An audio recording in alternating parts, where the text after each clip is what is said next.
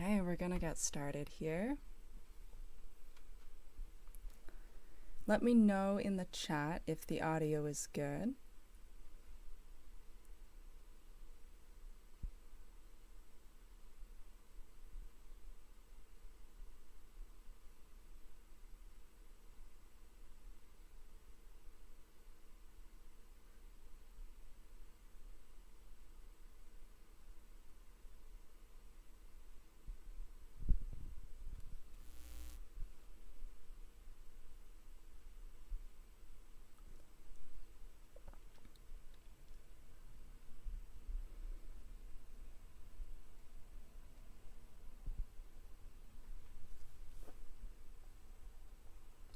Yeah, so last week we had an introduction into Jung's methods of interpreting dreams that he used in his clinical practice, and we're looking at the book Modern Man in Search of a Soul, written by Carl Jung in 1930. So it's a bit older, but I found it really interesting because a lot of Jung's work provides foundation for a lot of the way that we see the world around us. And it's not only his work where he focused on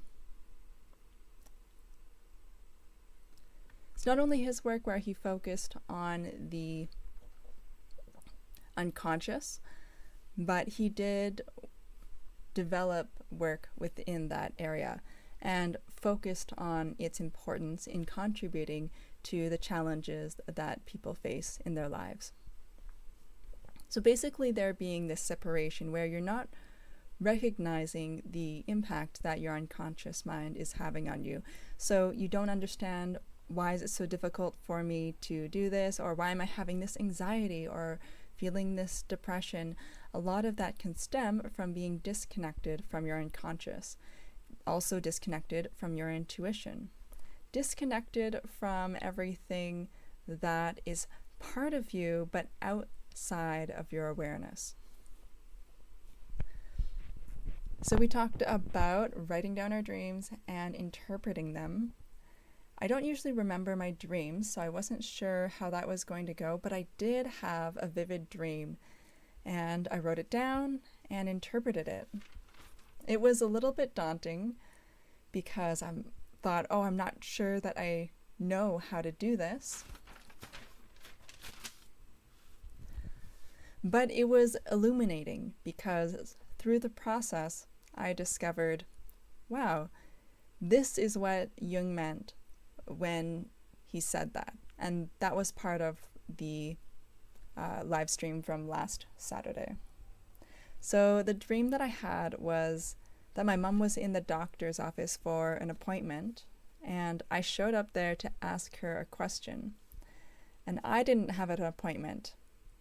And I had a popsicle, and then the lady in the office manning the desk called my name as if I was the next person with a scheduled appointment. I collapsed on the floor and couldn't move. And once I started being able to move a bit, I started having like regurgitated food come out of my mouth, kind of like small pieces of like ground beef amidst the rest of the semi-solid food. Kind of like throwing up, but more like coming out like a tube of toothpaste. A little bit graphic. I woke up, I wrote it down, and I thought, I don't know what this means.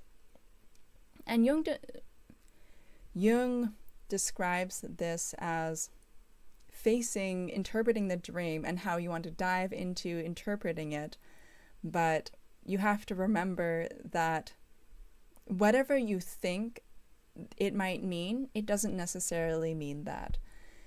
The symbols that we typically use aren't necessarily symbols that are going to be representative of what the dream is trying to tell you. So the dream is your unconscious trying to speak with you. There may be some part of you that you've repressed or ignored, and this is what is coming through in the dream. And he advises against free associations, just brainstorming. What could this mean? And I didn't know where to start, so that's where I started. And I thought, okay, well, yeah, this might have something to do with health. And I was faced against this lack of knowing and this lack of awareness of like, what does this mean? There's this disconnect. So I was staring into the void and seeing nothing. So I'm going to discuss my interpretations first and then what I learned from it afterwards. So my interpretations included being worried about my mom, but I should be focused on myself and my own health first. The regurgitated food symbolizes, with just throwing out, helps get the spoiled food out of your stomach, which represents healing. Yeah, so the passing out and then releasing all the junk that needs to be healed and let go of. So that's the element of surrender. And then releasing, like emotionally releasing all of these. I'm getting emotional because this is what's been happening in my life. The thing about dreams is that they will connect to something in your life. So when you're interpreting them, don't have to get too crazy.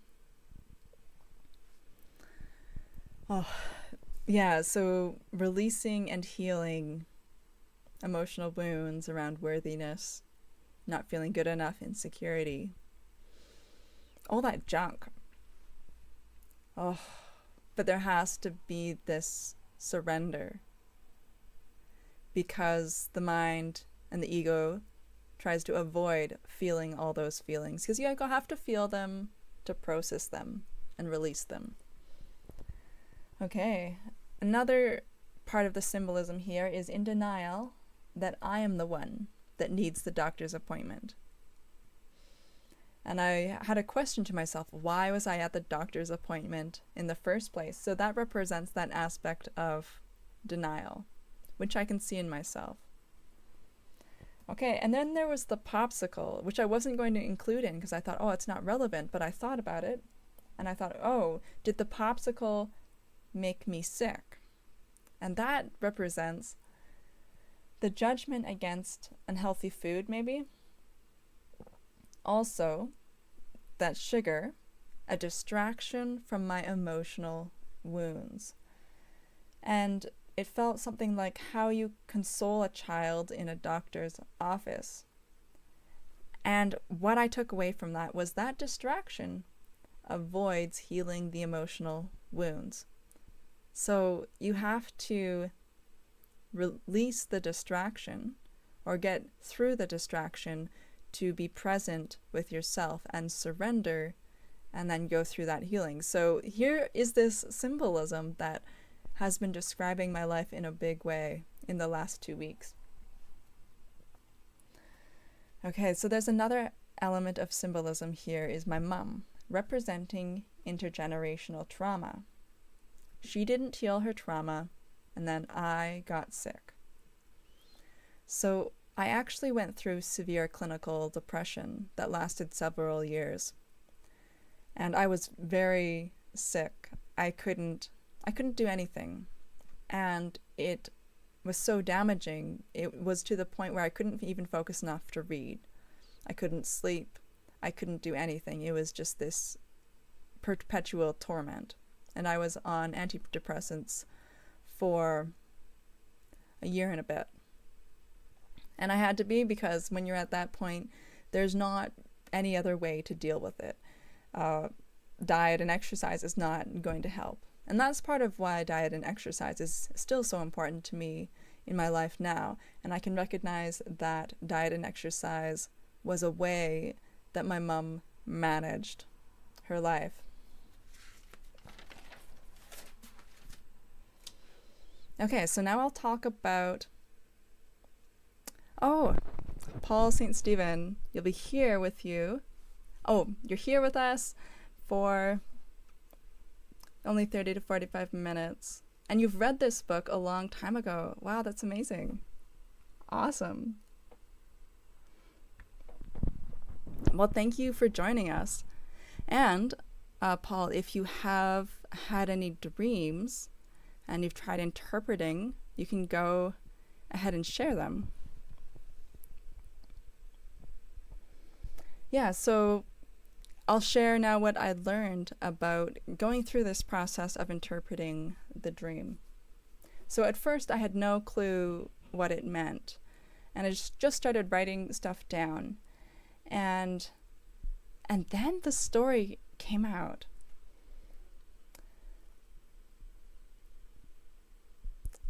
I've been on antidepressants before as well. Yeah, antidepressants can help. They're not the solution, but they can help when you need them to. Like, they can take you part of the way of where you need to go, and then there's other resources you'll probably need to take you the rest of the way to have a full, happy life.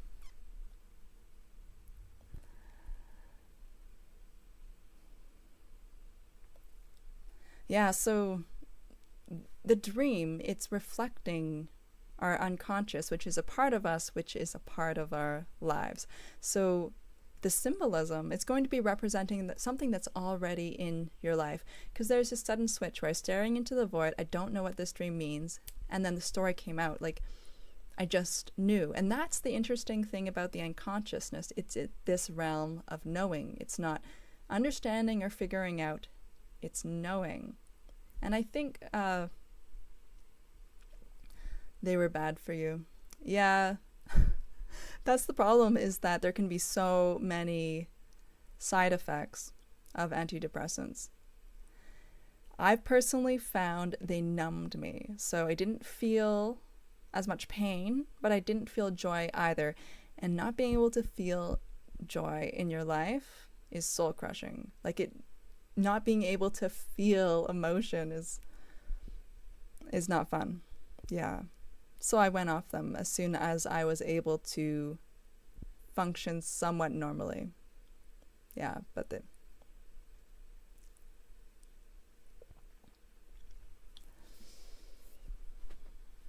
amazing thing about the unconscious, it's this realm of knowing. And the conscious mind is figuring out. I got to figure out, I got to solve it, I got to understand it. And so you get this pattern that wants to figure out and solve and understand it. But there's a depth to us which just knows. Through dream interpretation, you are opening up lines of communication with your unconscious. You are listening. And when you start to do this, you may first only encounter the conscious mind that says, I don't know how to do this and I don't understand. And that is the tricky part if you stay there. Or you take that and you're like, oh, I don't know how to do this. I don't understand. Don't stop there.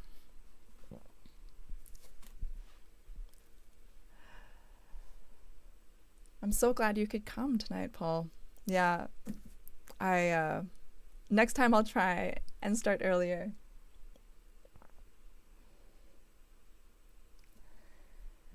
So when you hear that voice that says, I don't know how to do this, I don't understand, remember, that is true. The conscious mind doesn't know how to access the unconscious mind. It can't. But you can. So instead of listening to the conscious mind saying that it doesn't understand, it doesn't know how to do this, and believing that you can't understand this and know how to do it, just stay present with your question. When you're inquiring into the unconscious, you have to patiently wait with your question, and then the answer arises. You don't figure it out or analyze it. That's what the conscious mind does. So Jung used this kind of obscure language. I wasn't sure what he meant when we read the chapter last week, but then I realized, oh, this is what he's talking about. The difference between how the conscious mind like processes information, but the unconscious mind, it's that storehouse of information. So Jung said, don't go crazy with interpreting dream symbols or using some kind of dogmatic approach, because that's the conscious mind mind-splaining. So, and the true purpose here is to develop that skill of being in touch with your unconscious, rather than relying on the conscious mind to explain away the unconscious. And I think there was a line in there where Jung said that if you rely on the conscious, it's going to not always give you the truth. And if you want to get down into the truth, you look to the unconscious. And that's so interesting, because our conscious mind can actually layer these self-deceptions. I like Leo Gura's video on self-deceptions on his channel actualized.org. That's very interesting. He really goes into depth there. Glad to be here with you. It's my first time tuning into a live stream. Yeah, it's awesome. Yeah, it's I feel less nervous than last week. But it's definitely a different dynamic. It's kind of cool to have that interaction.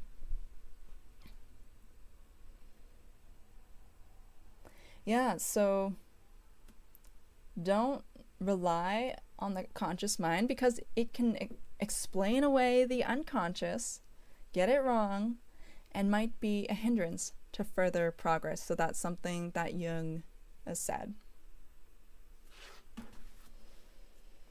Yeah, the conscious mind will get in the way. And that's an aspect of self-sabotage. You have to observe it, then see past it.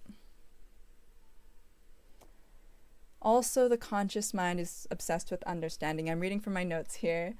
I said that already, and the unconscious mind just knows. It doesn't need to figure it out.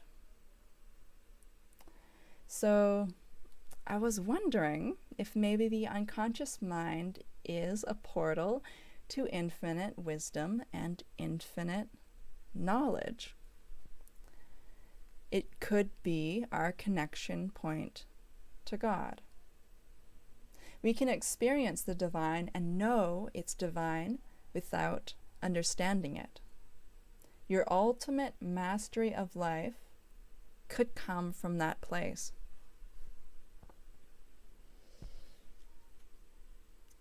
Maybe the knowledge of how to succeed at life. And it could be where you can get insider information that's unique to you, instead of trying to replicate successful people.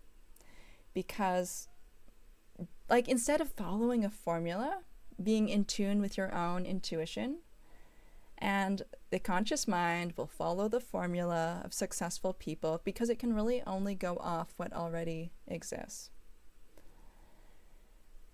But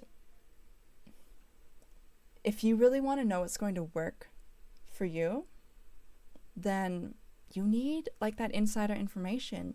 You need all the information that can come together and be assimilated into specific information. And it could be present within your dreams. That is one way to access it. There's other ways to access it as well. Yeah, another thing Jung said is that throughout the course of the treatment, often the first dream would be the clearest, and they would get more and more obscure. And the more obscure they were, he said, the closer they got to the personality. So the unconscious aspect of the person's personality that they're trying to integrate here. And I thought, well, this dream was fairly clear, so maybe further dreams will be more obscure. Yeah, so I'm going to guess that the individual consciousness can plug into the collective consciousness and the fabric of space, time, reality through the unconscious. And we saw how dreams could be predictive. And the information can be highly relevant to you highly accurate information that factors in the infinite complexity of reality, which is impossible to calculate with any computer with any kind of accuracy. And I was also wondering about AI. It's a model of the conscious mind, and does it have an unconscious? And I was thinking more about that, but then that kind of like goes into a tangent. So that was fairly interesting. Yeah, and if you guys, or if anyone watching, wants to share some of your dreams and interpretations and what you learned, you can go ahead and share in the comments if you're watching this later. So I'm going to move on to the next section. I've been having crazy dreams lately, and your title grabbed my attention. That's cool. Yeah, I've not been super interested in dream interpretation, but the energy I've been feeling lately has been so intense and so crazy, like so much stuff coming up, and it's almost like shocking. I know how to process this kind of stuff, but it took me by surprise. When you're in it, it's confusing because whatever stuff is coming up, it seems like, oh, this is real, like this is who I am and this is reflective of me, when it's really reflective of a past you or a past experience. Who you are now is really what you're moving into, which maybe you don't fully know yet, or you don't fully see yet. So there is that mystery about who you're becoming. You can have a vision of it, but it's unfolding for you.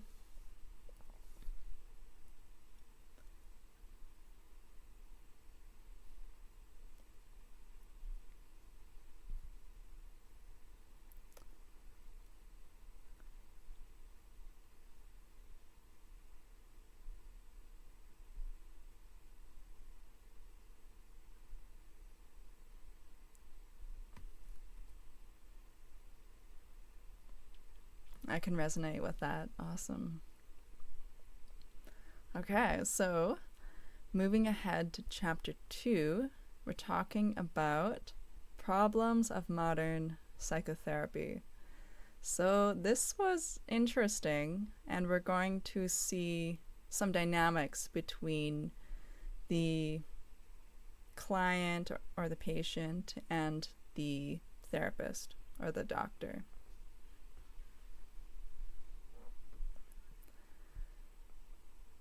Okay, so he talks about psychoanalysis. Psychotherapy, or the treatment of the mind by psychological methods, is identified in popular thought today with psychoanalysis. And that can mean different things. So Freud applied psychoanalysis to his own particular method of explaining psychic symptoms in terms of certain repressed impulses. And the Freudian theory is heavily based on sexuality. I feel my dreams are about the past me and are working things out. Ooh, yeah. That's interesting. That's interesting because, in a sense, you know the past you, so there is this level of familiarity to it.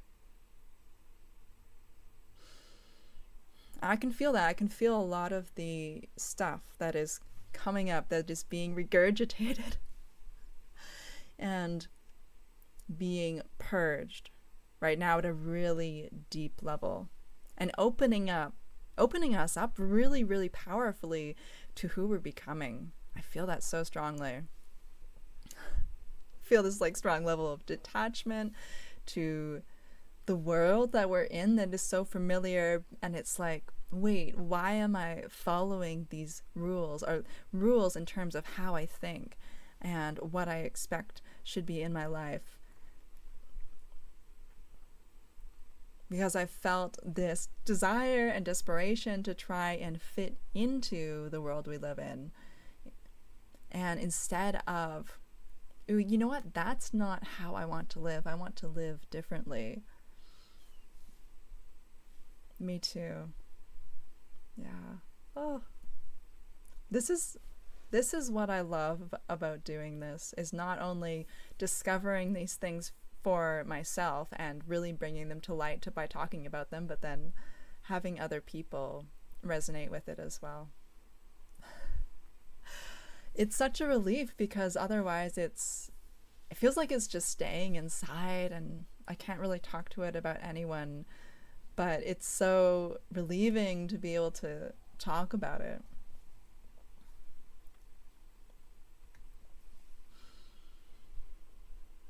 So Freud applies the concept of psychoanalysis to every kind of modern endeavor to probe the mind by scientific methods. Thus, Adler's school must submit to being labeled psychoanalytic, despite the fact that Adler's viewpoint and method are apparently an irreconcilable opposition to those of Freud.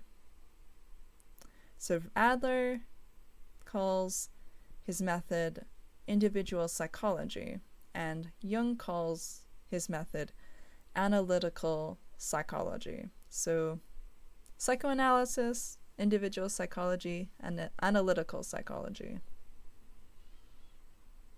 Yes, it helps big time to talk about it. Yeah, and it's not just like talking about it to anyone. Like sometimes if you talk about it to someone who doesn't resonate or doesn't really understand, and you're getting this blank stare, it can feel more isolating. Yeah, it's nice to connect with people who do, though.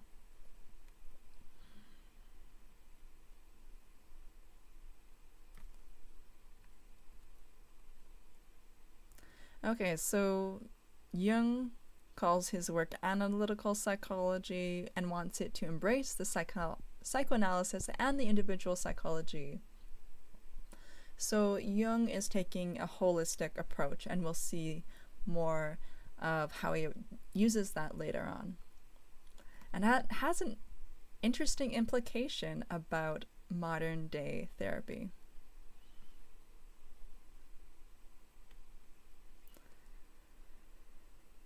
So there's disagreements around psychological treatments and approaches and schools of thought that are seemingly at war with another.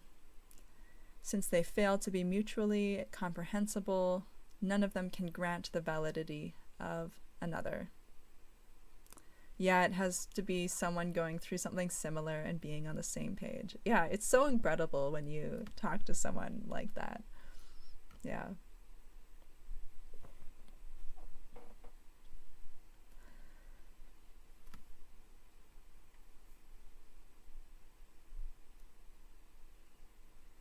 Yeah, so that when you have so many remedies or approaches, you might assume that none of them are particularly effective, since if there was one, then it would stand out.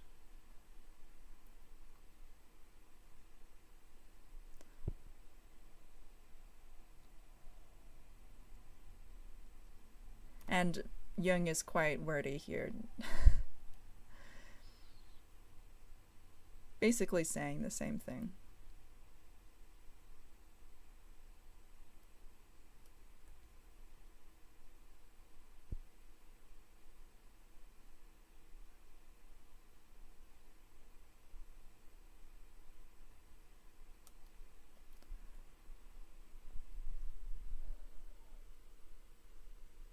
Modern psychology is empirical and close to nature, while these studies are grounded in the intellect. So Jung is enforcing that, yes, psychology is a science. Some people disagreed. The distance between nature and mind, difficult to bridge at best, is increased by a medical and biological nomenclature which sometimes appears of practical utility, but more often severely taxes our goodwill. Yeah, we need effective methods, not a bunch of theory.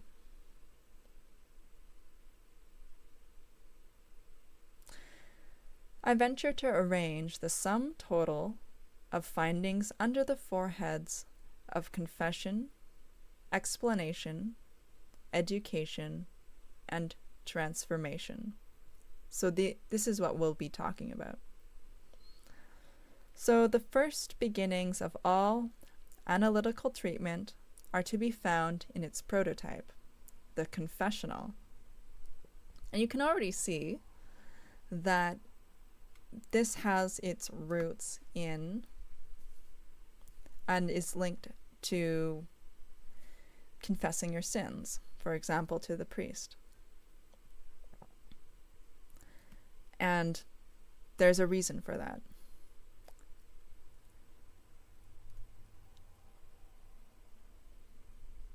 I like how you're going through these articles and how you were all into these readings about 10 years back. And it's so interesting to have you go through them now. Sorry, I got the U's mixed up there. So that was probably a bit confusing for me to read. But basically, I'm going through stuff that you've already read before. Yeah, I think it's cool that you actually read Jung's work. Most people haven't. Yeah, it's so good to spend our time in reading and going through this stuff so it's present in our mind, because we're really building ourselves on a daily basis. And so that takes daily discipline, especially to remind ourselves of these things.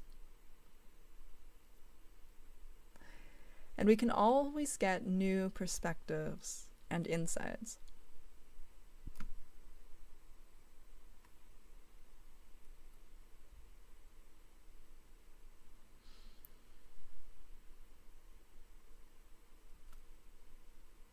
As soon as man was capable of conceiving the idea of sin, he had recourse to psychic concealment. Or to put it in analytical language, repressions arose. So I want to point out that we are familiar with the word and term repressions. But I'm not sure that a lot of people in 1930 were familiar with it. And I want to point out how our modern paradigms have changed over the course of almost 100 years.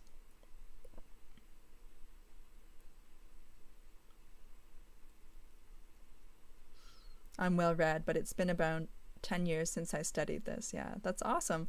I mean, that explains your depth of understanding of these topics.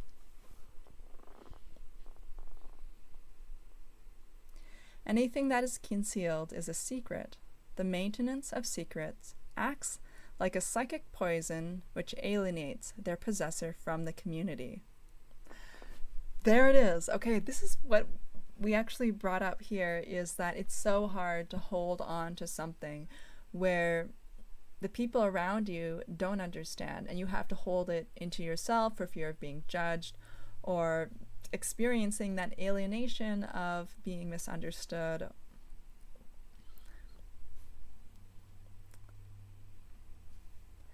In small doses, this poison may actually be a priceless remedy, even an essential preliminary to the differentiation of the individual. This is so much the case that, even on a primitive level, man has felt an irresistible need to invent secrets. Their possession saves him from dissolving in the unconsciousness of mere community life, and thus from a fatal psychic injury. Because we live in the Western world, we're very much used to and attuned to this individualistic society, but in communities and societies where it's very communal, where the focus is on the community, not the individual, it's very easy to lose that sense of identity. And probably in our culture, we need to build that sense of community because we're lacking in it so much.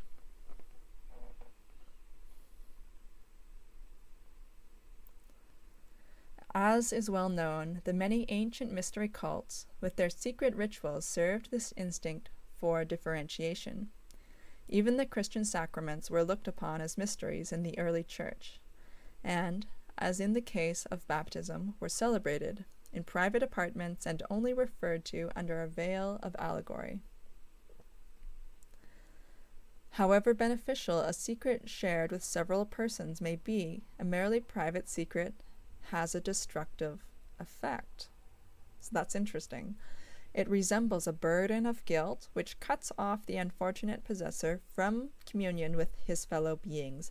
So this could be a secret that you might feel shame around, but it could also be a secret that simply differentiates you and isn't as if you've done something wrong. But I guess it could be seen that way because, like, if we want to look at evolutionary biology, then you can say that we're built to rely on the tribe, rely on the community, and too much differentiation from the community could mean that we might not survive if the tribe rejects us. And so we can see that this could be a evolutionary aspect that is reflecting the effect where you are having to hold a secret to yourself and how destructive that can be on you. I think there's also another element to this. If you hold that secret to yourself, it does develop a kind of strength. In the same way, like hard exercise and hard training develops that kind of strength. Like, it's painful, but you can develop that inner strength and power through that. Because there are people who take poison in small doses and build up so that they become resistant to poison. If you need to have secrets, then you need to. And we can recognize that's challenging and that's difficult if you don't have people who can understand and hold space for you in that. Oh, it just occurred to me that Jung is describing the modern dilemma of loneliness and isolation, where people who don't know how to process emotions are stuck. They're not able to talk to anyone about them, and they're stuck carrying this guilt of this secret, and it weighs on them, and they have no conscious awareness of this. We want to talk about the prevalence of anxiety and depression, and there is no openness to discuss the feelings that we're feeling and acceptance of those feelings. This is making sense for me in a way that I didn't expect it to. Definitely.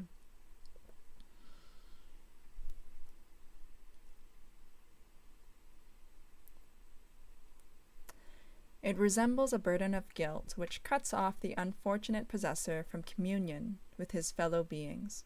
Yet, if we are conscious of what we conceal, the harm done is decidedly less than if we do not know what we are repressing. Yeah, me too. Okay, so this is big, that if you are unconsciously repressing, it's damaging. More so than if you are aware of it. So if you consciously take poison for whatever reason to develop your immunity, it's going to be a lot better than if someone is poisoning you without your consent.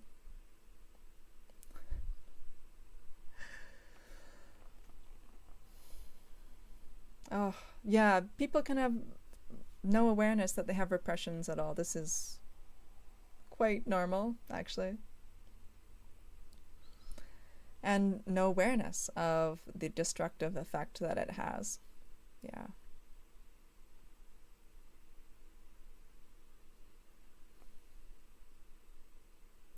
And maybe we are consciously becoming more aware of our repressions and seeing more and being more surprised and shocked at how humanity is. But maybe a lot of this was more private and hidden and concealed, and had resulted in more private, hidden, concealed abuse. And now it might be harder to hide it. But if we are opening our own repressions up to the light and seeing them within ourselves, we are creating a space in the world where things can't be hidden anymore.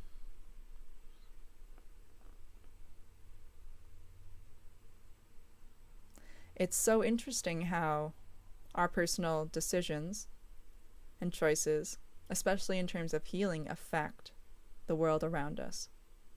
There is this connectedness that exists. I don't fully understand it, but I can sense it and I can feel it. And especially through reading something like this, I can see how this can all tie together. In the latter case, where you don't know that you have repressions, we are not merely keeping a content consciously private, but we conceal it even from ourselves. It then splits off from consciousness as an independent complex to lead a separate existence in the unconscious. Okay.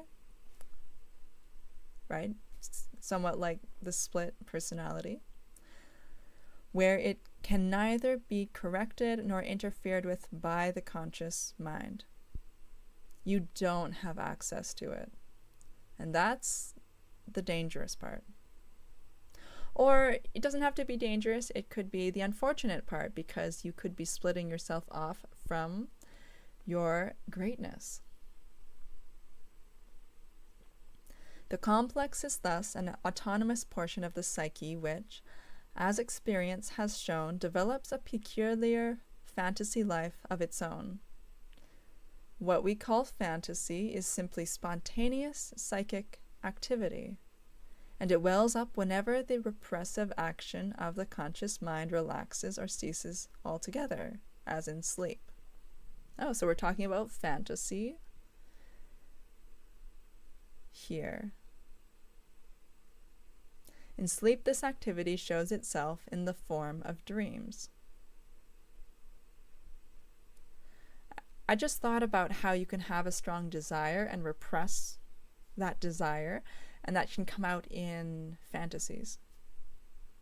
And then you can criticize yourself for thinking all about these fantasies and saying, like, no, I don't deserve that, and I'm not worthy of that.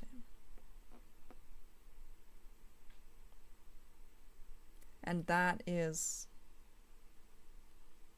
you're cutting yourself off from who you truly are. Growing up, I didn't have anybody to discuss deep psychological feelings such as what we were discussing here, especially with my family or fellow peers, and even now. So this is awesome. Oh my gosh, I'm so touched. I feel like crying. I'm gonna try not to cry. Oh, I got some tissues just in case though. Oh, yeah.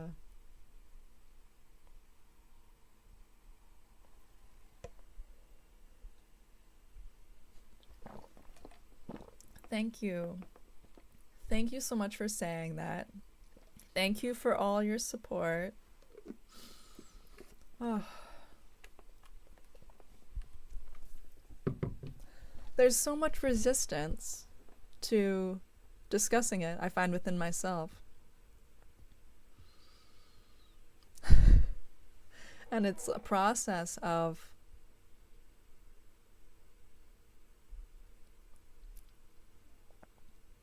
watching the patterns and seeing what happens.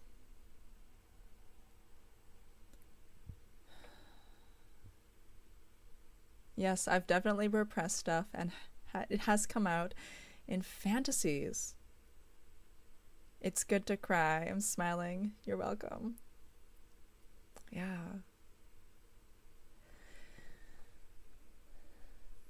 Yeah, I've heard people say that if you imagine it's possible, it is possible for you. And you feeling that it's not possible, whatever you desire, that is you cutting off the part of yourself which could make it happen. And I'm thinking that might be tying in here. Yeah. Yeah, I cry a lot. And I guess it's not a bad thing to cry on a live stream either. And it just occurred to me that I usually don't cry that much in my videos, but I'm crying a lot in the space leading up to the video that gives me the idea for it.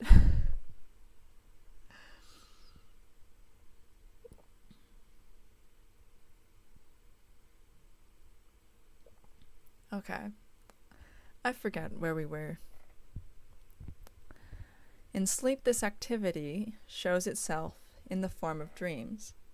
And when we continue to dream in waking life, beneath the threshold of consciousness, in waking life, so dreaming while you're awake, but not being conscious that you're dreaming? Is that what they're saying here?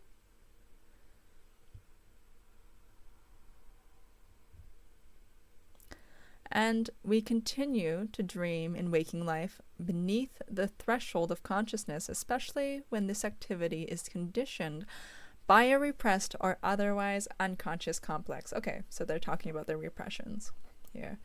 No, not at all. It's good to be authentic, and this seems to be a safe space. Yeah, I hope so. Yeah, it's really important to create a safe space for yourself and say, you know what? I'm not going to accept anything that allows this not to be a safe space for me. Because there's that pattern of people pleasing and making other people happy. And at some point you have to say, no, I'm not going to accept that. Because I need to be okay. When I was doing my master's, I had to set that boundary that I wasn't going to respond to any nasty emails because I was like, I just can't.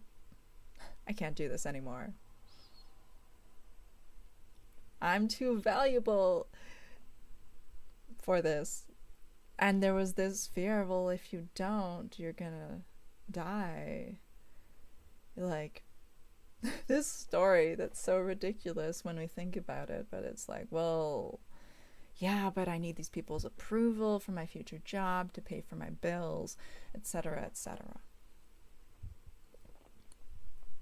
I dropped out and got a job anyways.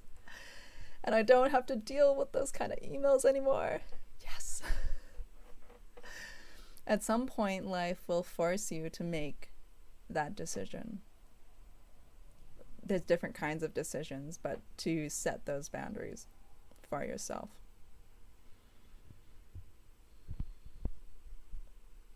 It should be said in passing that unconscious contents are by no means exclusively such as were once conscious and, by being repressed, have later grown into unconscious complexes. So it's possible to have unconscious complexes or repressed stuff that you have never been aware of. I think that's what he's saying there. One of my biggest blocks was not feeling worthy. Yeah. Me too. Oh gosh. And even though I've cried out so much of that and felt through so much of that, the pattern still shows up. But I'm more aware now, and I see it and I say, oh, you know what? No, I'm worthy, and I know I am, and I've healed that. The pattern is still there, and I just have to be mindful of I'm not going to continue that pattern. Like that train of thought that demonstrates that inner belief that I'm not worthy, that's just an old pattern, and it's like retraining yourself. It shows up so often, not feeling worthy. Ugh.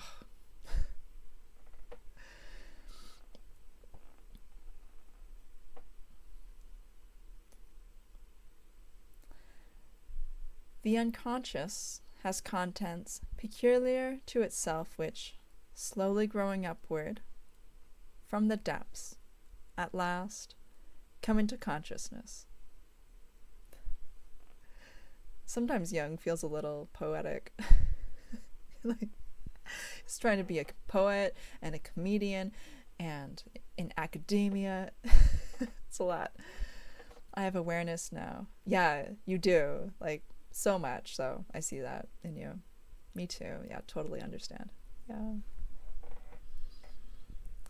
We should therefore in no wise picture, in no way, I wonder if that's a typo, the unconscious psyche to ourselves as a mere receptacle for contents discarded by the conscious mind. All psychic contents which either approach the threshold of consciousness from below or have sunk only slightly beneath it, so have an effect on our conscious activities. This is interesting. It's something we already know, but I find that it helps to read it and say like, oh yeah, absolutely. Since the content itself is not conscious, these effects are necessarily indirect.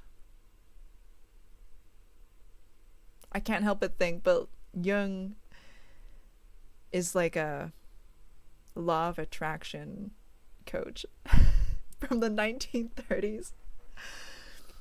It seems like a strange parallel to make, but a law of attraction says whatever you believe will show up in your reality. And here we have all these conscious beliefs that are affecting our lives in ways that we don't understand. We don't understand, why is this showing up in my life? And Jung is talking about it.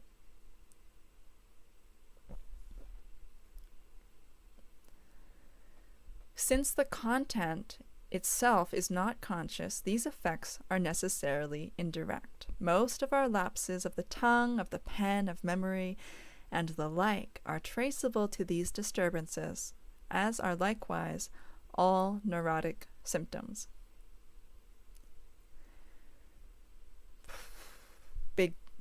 Big statement there. So,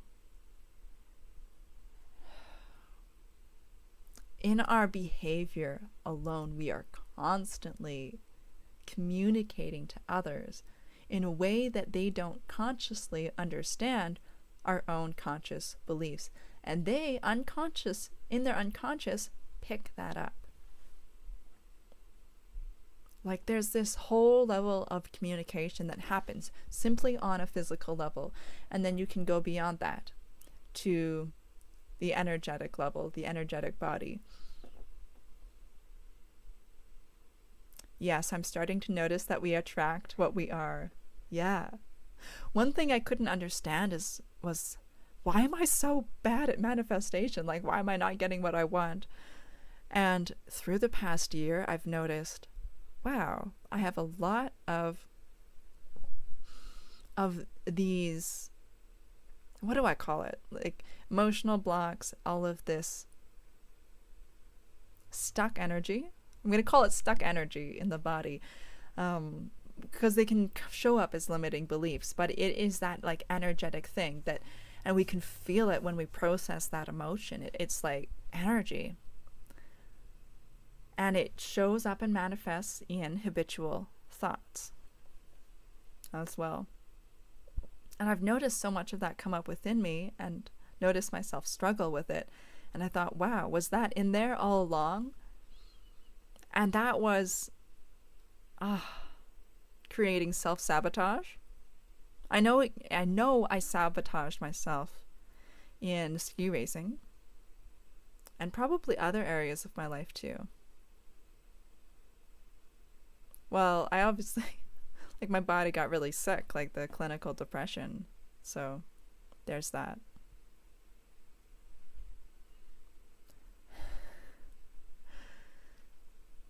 You're not responsible for everything that you attract in your life through your unconscious beliefs,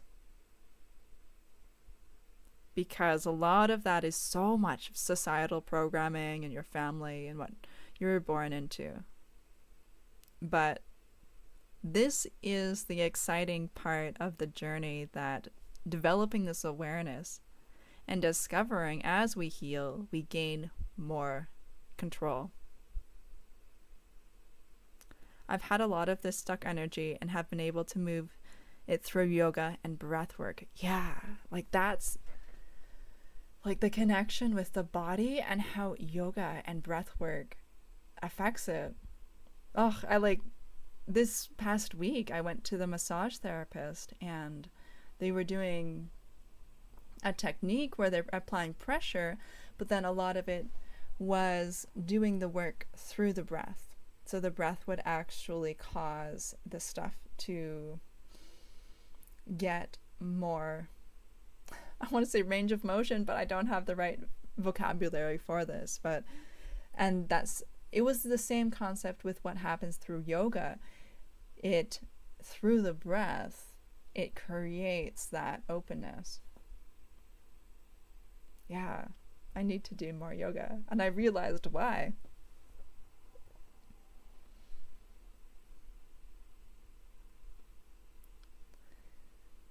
Okay, so these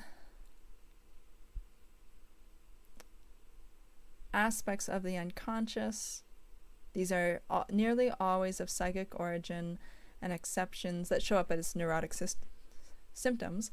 The mildest forms of neurosis are lapses, like blunders of speech, the sudden forgetting of names and dates, unexpected clumsiness leading to injuries or accidents,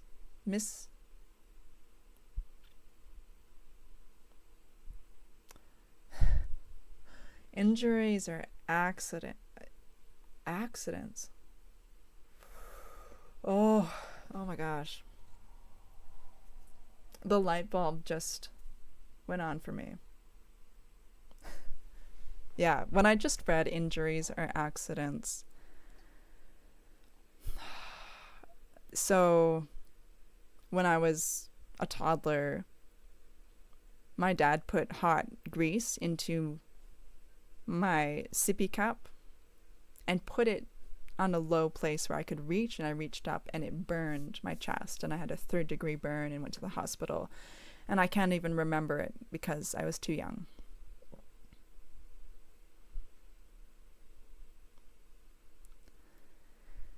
So that was an accident.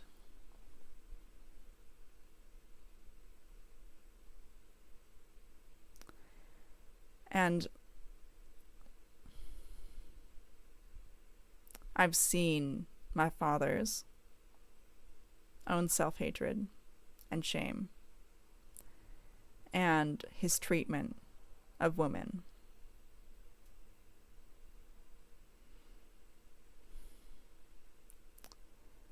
And he has those narcissistic tendencies where there's this self-loathing, but also strong desire for approval.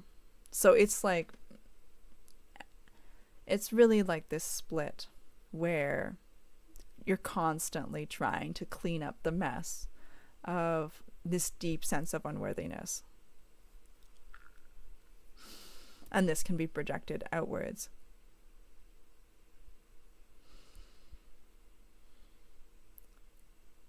And this kind of accident can represent the material of the unconscious.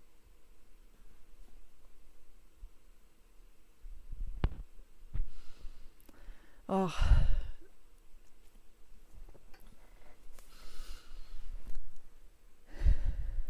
that connection for me surprised me a bit there.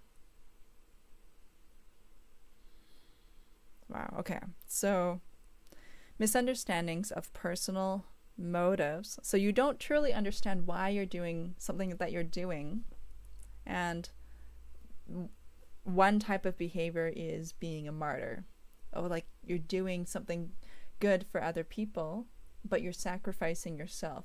So what you're really doing, you think, oh, I'm such an unselfish person, but it's actually like a deep level of selfishness, because you're doing it for trying to get your worth from approval from other people. And the bending of the spine is very important for the main energy center flowing to the pituitary gland. Yeah. Wow, that's deep. And what age were you when this happened? I think it was 2 or 3. I'm not sure. Yeah.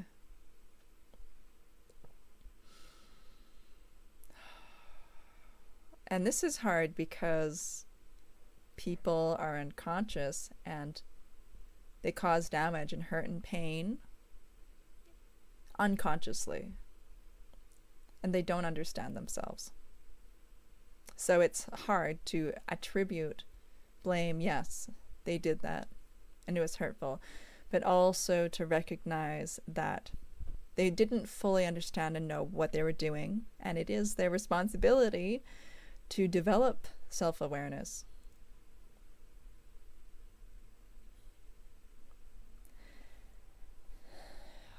But whatever happens to us, we have this tremendous power within ourselves.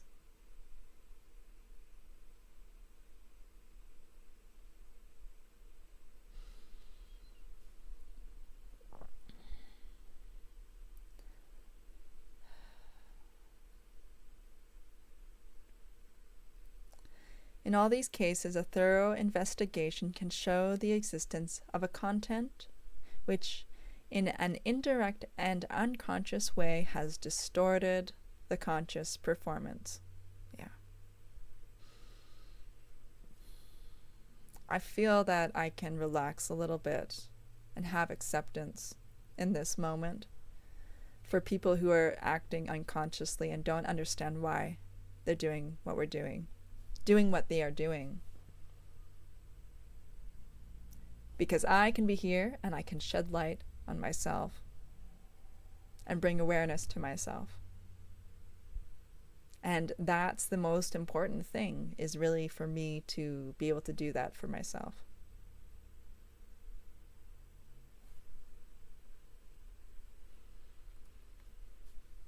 Oh.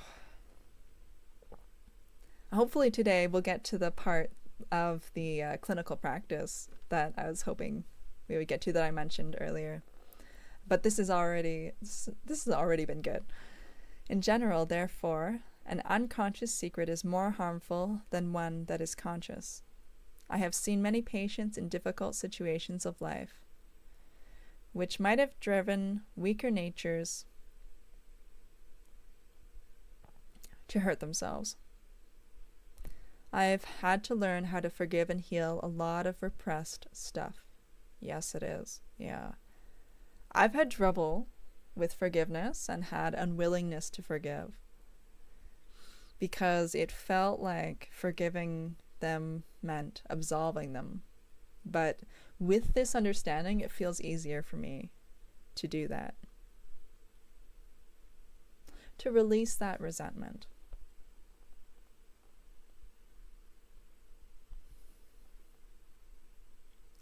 I know how difficult it has been for me to work through this stuff myself, and that it must be much more difficult for people who have a lot of repressed shame and guilt, layers and layers of it. I'm typing slow, so bear with me because I'm using a phone and up in a mountain. Oh, awesome. I love being up in the mountains. That's so cool. Yeah, that's okay. Well, thank you for engaging and responding. Anyways. Yeah, that's okay. There's always going to be some lag, and typing on a phone isn't super fast.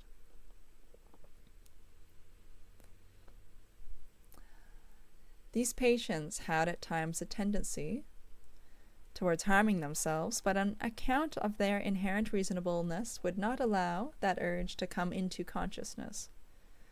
But it remained active in the unconscious and brought about by all kinds of dangerous accidents, as for instance an attack of faintness or hesitation in front of an advanced motor car, the swallowing of corrosive sublimate in the belief that it was a cough mixture, a sudden zest for dangerous acrobatics, and so forth. Oh wow, okay. So here you could go beyond dream interpretation and go straight to interpreting the actions that people do in their everyday lives. When it was possible to make the self-harming leaning conscious, common sense could helpfully intervene. The patients could then recognize and avoid those situations that tempted them to self-destruction. Wow. That was bold there. Like what Jung is saying there is bold. A lot of us don't think like that. I'm enjoying this. You're welcome. Yeah. Awesome. As we have seen, every personal secret has the effect of a sin or of guilt, whether or not it is, from the standpoint of popular morality, a wrongful secret, or even to yourself. You can still feel shame about it, even if you know what, why should I feel shame about that? Because it might not be accepted into the environment that you grew up in. Now, another form of concealment is the act of withholding, it being usually emotions that are withheld. As in the case of secrets, so here also we must make a reservation. Self-restraint is healthful and beneficial. It is even a virtue. That is why we find self-discipline to have been one of man's earliest moral attainments. Self-restraint, however, is here practiced within the secret society as something undertaken in company with others, but if it's only a private matter, and perhaps devoid of any religious aspect, then it may be harmful as the personal secret. From this kind of self-restraint come our well-known ugly moods and the irritability of the over-virtuous. The emotion withheld is also something we conceal. Okay, so now we're getting into repressing emotions, something which we can hide even from ourselves, an art at which men particularly exist, while women, with very few exceptions, are by nature averse to doing such violence to their emotions. And I'm not going to say that we're going to strictly place people in the categories here, because it doesn't matter what your gender is. There is variability. I felt shame for stuff that's not shameful, but popular society and or people may deem it so. Yeah. Some things are helpful to society to label them as shameful. Anything that involves any kind of abuse.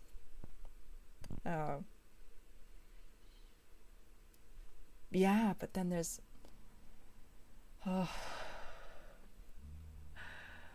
other things that don't cause harm to others that there's going to be judgment from people for.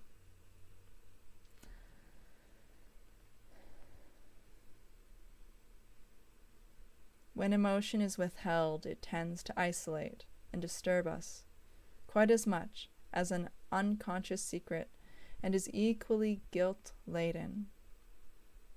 Just as nature bears us ill will, as it were, if we possess a secret to which mankind has not attained, so also has she a grudge against us, if we withhold our emotions from our fellow men.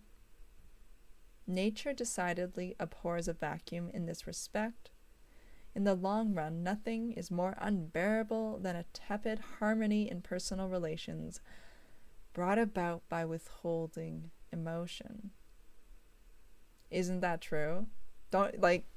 You feel it when you have to hold back your feelings and not be able to express them because they're going to offend someone. Like, someone's going to be offended about how you feel or that you don't agree with them. And then you have to hold it back and hide it. And, it doesn't feel good. It destroys the intimacy of that relationship. Like, intimacy is not possible if you have to withhold parts of yourself, parts of your emotions.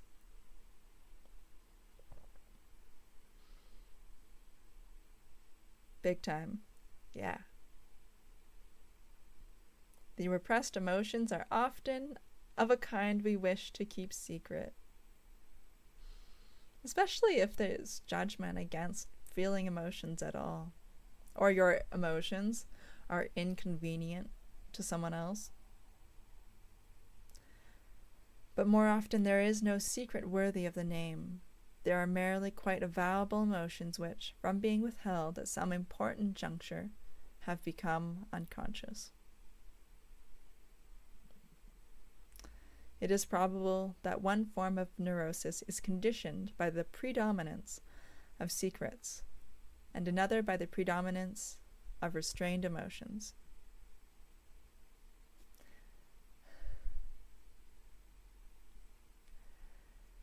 At any rate, the hysterical subject, and I'm not sure exactly what they mean by this term, who is very free with their emotions, is most often the possessor of a secret, while the hardened psychasthenic suffers from inability to digest his emotions. Vulnerability is something that's hard to find in people, along with authenticity.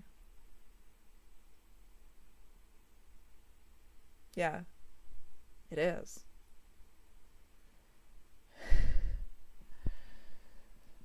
It's a little awkward when you're in a room and you want to be vulnerable and authentic with people and they're not interested.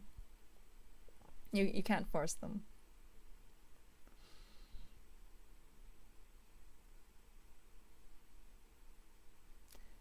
Yeah, it's hard.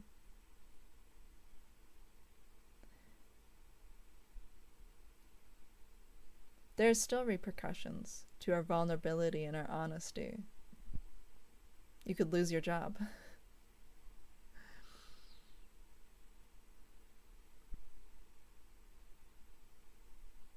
It is nice to be able to feel that you can be vulnerable and honest.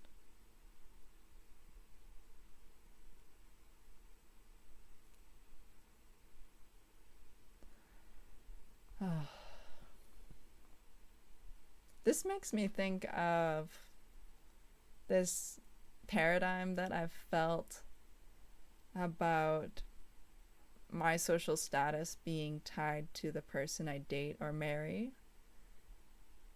And like, they have to have a certain amount of money and look a certain way and have certain qualities. But maybe just being able to have someone where you can have a space of vulnerability and authenticity matters more than any of that.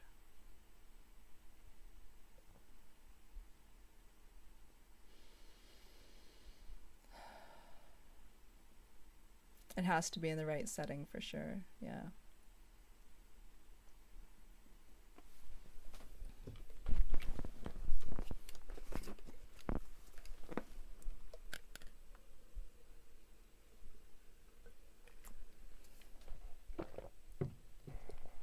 To cherish secrets and to restrain emotions are psychic misdemeanors for which nature finally visits us with sickness. That is, when we do these things in private. But when they are done in communion with others, they satisfy nature and may even count as useful virtues. It is only restraint practiced in and for oneself that is unwholesome. It is as if man had an inalienable right to behold all that is dark, imperfect, stupid, and guilty in his fellow beings. Wow, Jung just laying it out here. Oh, it's like the fear of someone discovering how you really are, and then when they finally do, there's this relief. For such, of course, are the things that we keep private to protect ourselves. It seems to be a sin in the eyes of nature to hide our insufficiency. Wow. And there, we have that innate urge to hide our insufficiency, but it visits us with sickness, just as much as to live entirely on our inferior side. There appears to be a conscience in mankind which severely punishes the man who does not somehow and at some time, at whatever cost to his pride, cease to defend and assert himself, and instead confess himself fallible and human. I feel so convicted right now that I should do that.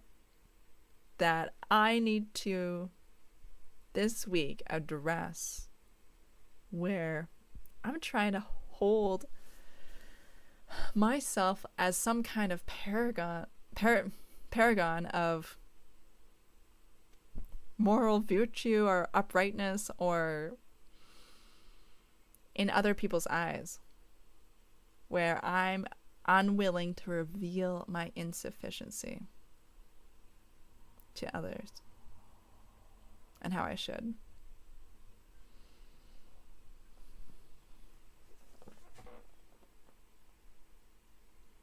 Until he can do this, an impenetrable wall shuts him out from the living experience of feeling himself a man among men.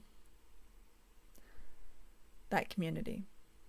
Here we find a key to the great significance of true, unstereotyped confession. Oh yeah, we were talking about confession this whole time. A significance known in all the initiation and mystery cults of the ancient world, as is shown by a saying from the Greek mysteries: "Give up what thou hast, and then thou wilt receive." We may well take this saying as a motto for the first stage in psychotherapeutic treatment. It is a fact that the beginnings of psychoanalysis were fundamentally nothing else than the scientific rediscovery of an ancient truth. Even the name catharsis, or cleansing, comes from the Greek initiation rites. The early method of catharsis consisted in putting the patient, with or without hypnotic aid, in touch with the hinterland of his mind, the unconscious. That is to say, into the state which the Eastern yoga systems describe as meditation or contemplation. The psychoanalytic aim is to observe the shadowy presentations, whether in the form of images or of feelings, that are spontaneously evolved in the unconscious psyche and appear without his bidding to the man who looks within. In this way we find once more things that we have repressed or forgotten. Painful though it may be, this is in itself a gain, for what is inferior or even worthless belongs to me as my shadow, and gives me substance and mass. You're not fully human without all the things that you want to hide about yourself, which are deemed unacceptable.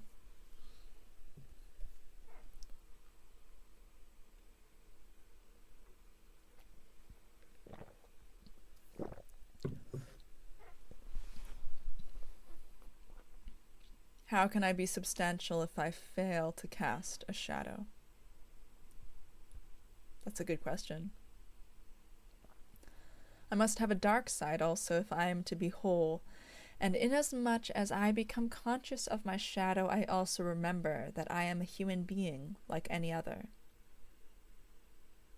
In any case, when I keep it to myself, this rediscovery of that which makes me whole restores the condition which precedes the neurosis or the splitting off of the complex. So it's about making you whole, rediscovering your wholeness.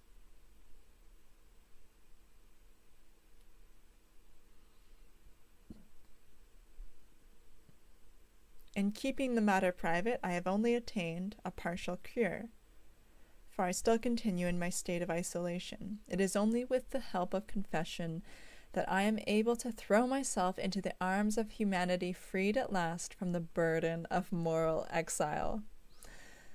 I'm internally laughing because of how poetic it is.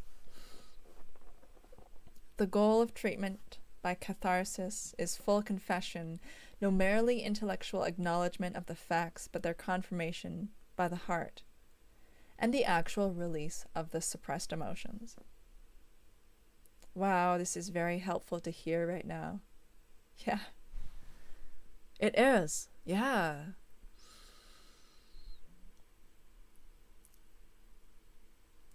As can easily be imagined. Oh, I feel myself tearing up. Oh, I'm just feeling thankfulness.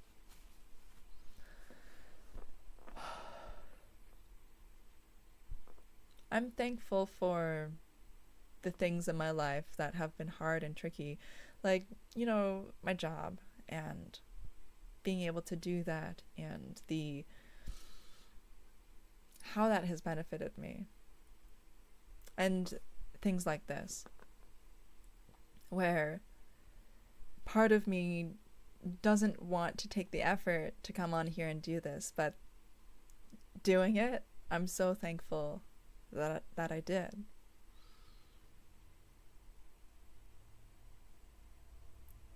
There's a part of us that seeks the easy route, that wants that comfort, that wants that familiarity. But it's boring. It's boring to stick in that. And we're exploring our limits and learning what is truly interesting and fascinating about our lives and about us.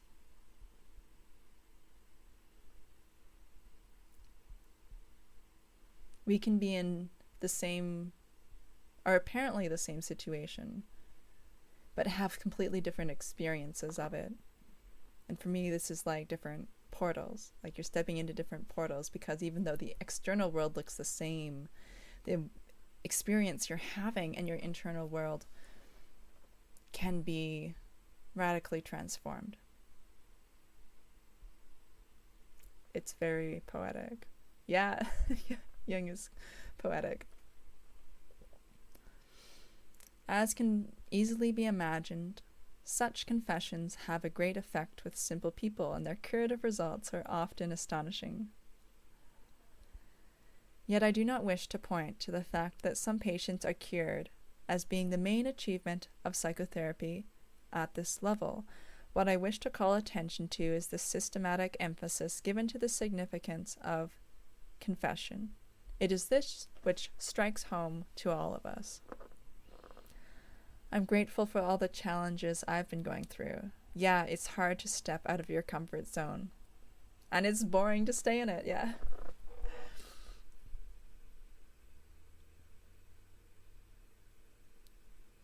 And being bored isn't something that needs to be cured. It's something that is a portal or a gateway in itself to another dimension. Because, this one thing that can be really boring, I'm going to use a really simple example. I used to teach piano, and, yeah, it can be boring learning to play piano, but it can open you to a new level and ability to express yourself through music.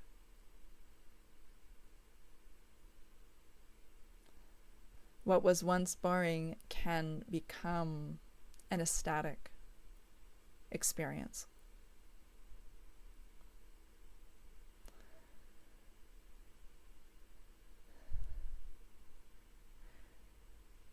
So for Jung, confession is really this first level and this first stage of the psychotherapeutic treatment. We see this present in a lot of modern day therapy. It's this level of confession. And people are trained to do this.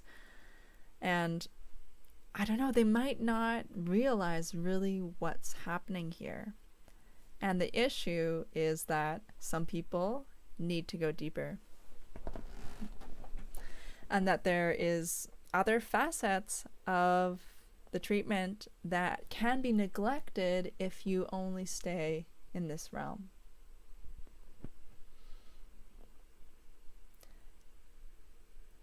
For we are all in some way or other kept asunder by our secrets, and instead of seeking through confession to bridge the abysses that separate us from one another, we choose the easy byway of deceptive opinions and illusions.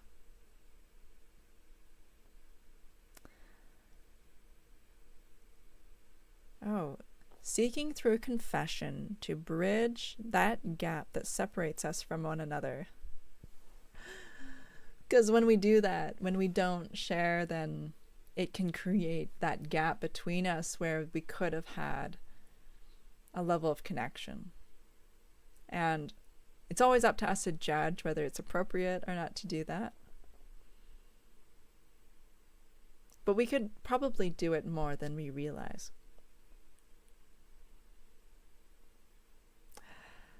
And when we don't connect to other people in an honest and vulnerable way, it leads to these deceptive opinions and illusions.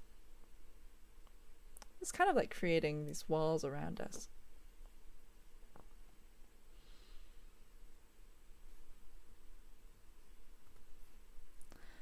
Okay, the next stage. So if we just remain at the level of the stage of confession, then it seems, oh, this seems to work. It is not always possible to bring certain patients close enough to the unconscious to enable them to perceive the shadows.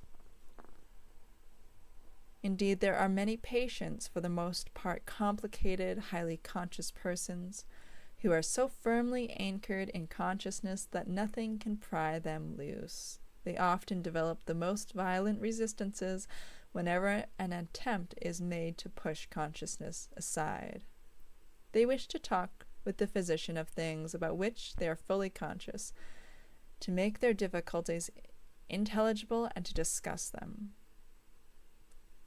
When you're doing your own personal healing, you notice how you try to understand it, you try to make sense of it, that can hinder your progress.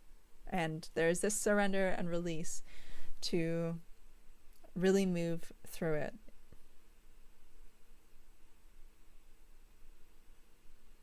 And there is that level in dream interpretation that if you try and interpret the dream through the conscious mind, you're going to end up stuck, because it really is that doorway to the unconscious, and you have to make that connection to the unconscious mind to be able to get the meaning and the truth from it. And I felt that when I did that, the answers showed up. Like you've heard people say, the answer and the truth is within you. It's like, this is what Jung is describing here.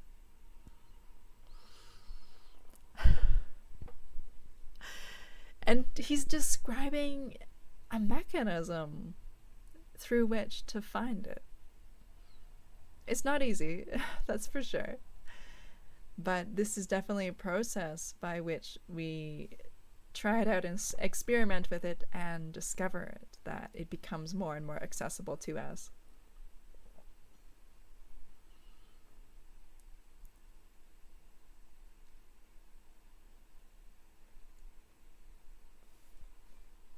Okay, so here's this limitation when someone's not able to or willing to access their unconscious, and they're just really stuck in the mind. And I would say this is similar to being stuck in the mind versus getting out of the mind and being in the body, or being connected to your heart or connected to your soul. And that you can have a very different experience. We also have people who are so stuck in their head that they're disconnected from their body.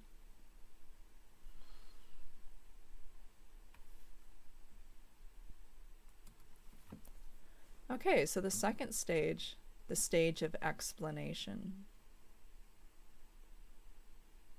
Oh, so this is interesting. So the stage of explanation is needed for people who are really adhering to their conscious mind. They need that level of explanation. I know that sometimes you'll have an emotional release. You won't understand why you are feeling that, and the understanding will come in later.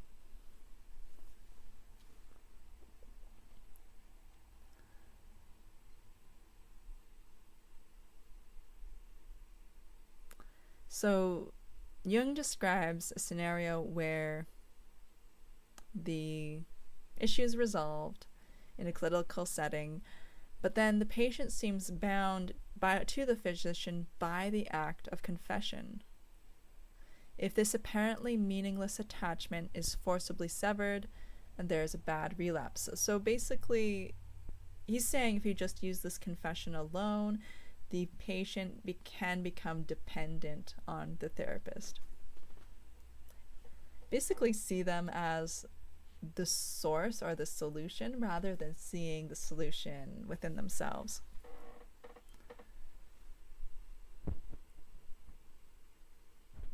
It is both curious and significant that there are cases where no attachment develops. The patient goes away apparently cured, but he is now so fascinated by the hinterland of his own mind that he continues to practice catharsis by himself, at the expense of his adaptation to life. He is bound to the unconscious, to himself, not to the physician.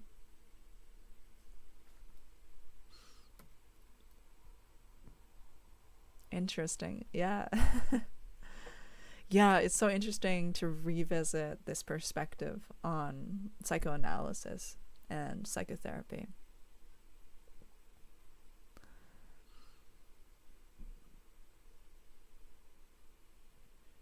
So this can happen in hypnotic treatment. This patient falls into a sort of childish dependence from which they cannot protect themselves even by reason and insight. And they say the word transference, so I'm assuming that can happen, where the patient can develop feelings towards the therapist, whether that's feelings of dependence or other kind of feelings. But there's this attachment that develops.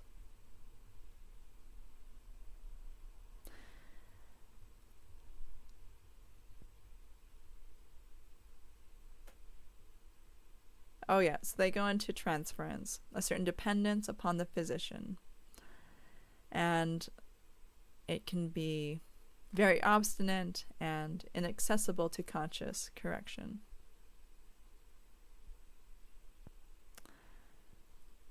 It has today been put beyond a doubt that this transference is caused by unconscious fantasies.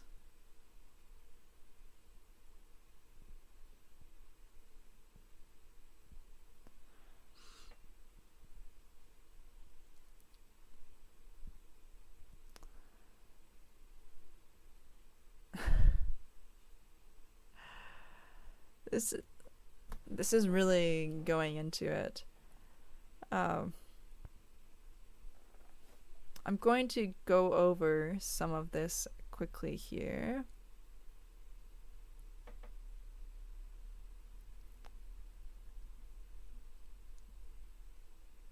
Yeah, where you need to explain this transference, explain what's happening here. So the patient projecting upon the therapist.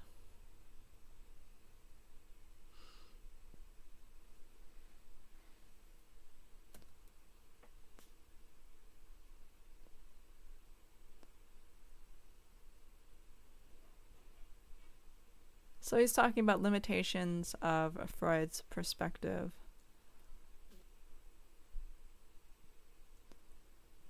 But yeah, Freud explains a lot of things through the undesirable part of people. But Jung thinks that we don't have to take it that far.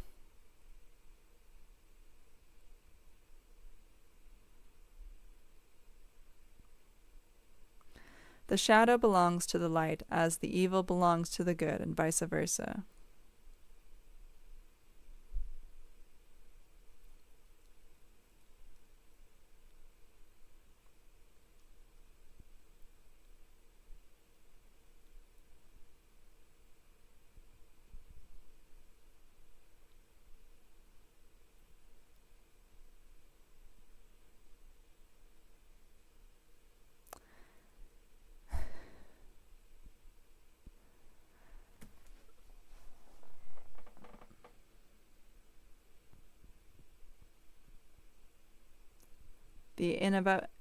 The inevitable result will be that he turns away from the unconscious as from a source of weakness and temptation, the field of moral and social defeat. So that's the issue with seeing the unconscious as bad.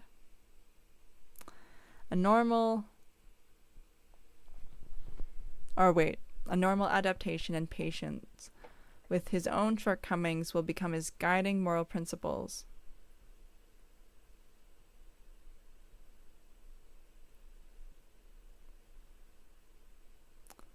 Yeah, Paul, I can remember reading some of this before. Yeah. The wordy parts. I'm going to be ending it soon. Kind of wanted to get through like the 4 stages. But this is going on quite for ways.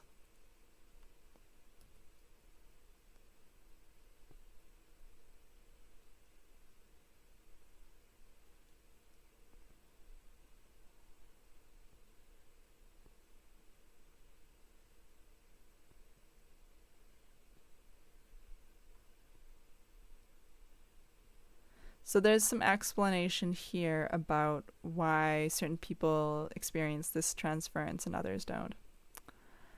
How often do you go live? I'm trying to do it once a week. So once a week on Saturdays. I was away. I had my summer vacation. I went kayaking on the ocean, and I got back and I was really tired and like going through a lot of deep emotional stuff that I was working through that kind of hit me. So I haven't been posting for a while. Yeah, I'll try for next Saturday, but I will post in the community tab. I'll check my YouTube page and see if it has a community tab, but it should be under there under the posts, and I will say when I'm going to be going live. If I'm not away hiking next weekend, I'll do one next Saturday. That's awesome. Yeah, thank you so much for coming and joining me. I'm going to try and find something here to end it well on.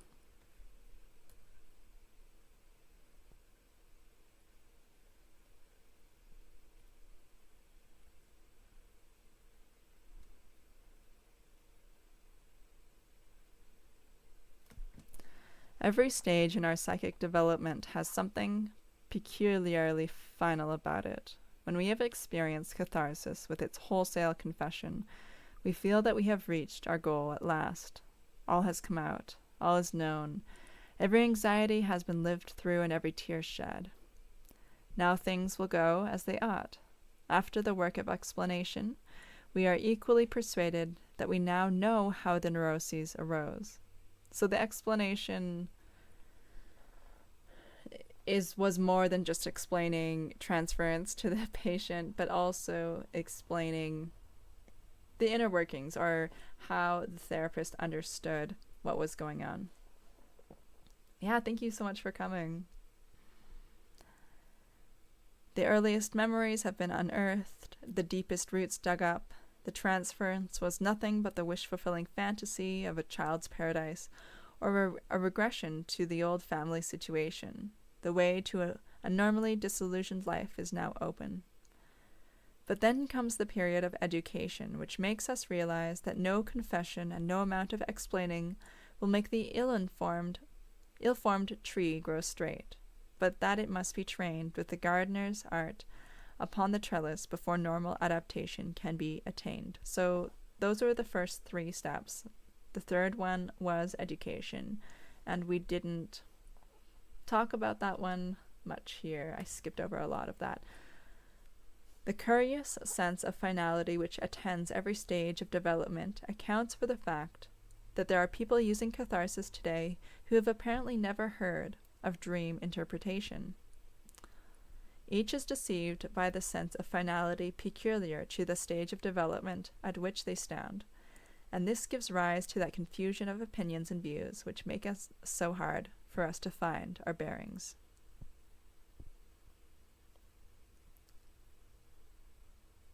Our world is so exceedingly rich in delusions that a truth is priceless, and no one will let slip because of a few exceptions with which it cannot be brought into accord.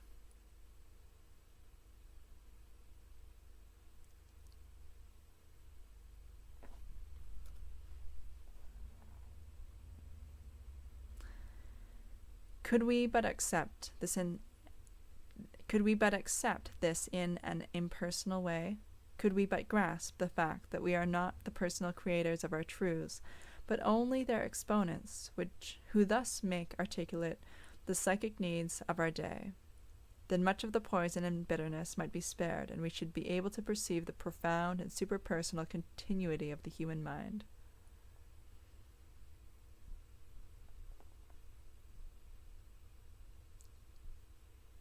The 3 stages of analytical psychology so far dealt with are by no means of such a nature that the last can replace the first or the second. All 3 quite properly coexist and are salient aspects of one and the same problem. They no more invalidate each other than do confession and absolution, and the same is true of the 4th, the stage of transformation. It must not claim to be the finally achieved and only valid truth. Its part is to make up a deficit left by the previous stages. It comes to meet an additional and still unsatisfied need.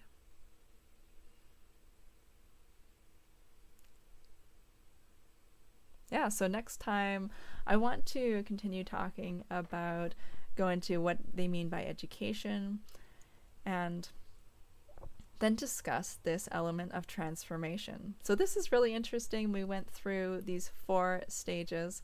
The first one was transformation, we had education, and then there was the catharsis, or confessional, and then the second one, I didn't do them in order, was explanation.